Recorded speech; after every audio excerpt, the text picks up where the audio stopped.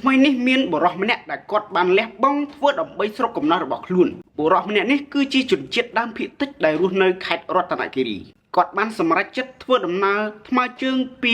រាជធានីភ្នំពេញមកកាន់ខេត្តរតនគិរីហើយគោលបំណងរបស់គាត់នោះគឺគាត់ធ្វើដើម្បីទេសចរគឺគាត់ធ្វើដើម្បីខេត្តរតនគិរីខ្ញុំគិតថាគាត់ធ្វើបែបនេះក៏ល្អម្យ៉ាងដែរដើម្បីឲ្យមហាជនទូទៅបានស្គាល់អំពីខេត្តរតនគិរីឲ្យកាន់តែខ្លាំងព្រោះខេត្តរតនគិរីគឺជាខេត្តដែលឆ្ងាយដាច់ស្រយាលដែលមិនសូវមានអ្នកស្គាល់អ្នកចាប់អារម្មណ៍ច្រើនយ៉ាងហោចណាស់ក៏មានអ្នកចាប់អារម្មណ៍អំពីខេត្តរតនគិរីដែលគាត់បានធ្វើដំណើរពីរាជធានីភ្នំពេញទៅកាន់ខេត្តរតនគិរីដែលជាខេត្តដែលឆ្ងាយជាងគេពីរាជធានីភ្នំពេញក្នុងប្រទេសកម្ពុជាហើយក្នុងនាមខ្ញុំជាជនជាតិដើមភាគតិចមួយរូបក៏សូមអបអរសាទរទៅកាន់បងប្រុសម្នាក់នឹងដែលគាត់ធ្វើដំណើរពីរាជធានីភ្នំពេញទៅកាន់ខេត្តរតនគិរីពេលនេះមានការគ្រប់គ្រងគាត់ច្រើនហើយសង្ឃឹមថាខេត្តរតនគិរីយើងនឹងមានការចាប់អារម្មណ៍ពីសំណាក់មហាជនទូទៅជាពិសេសវិស័យទេសចរនៅខាងខេត្តរតនគិរីយើងឲ្យកាន់តែរីកចម្រើន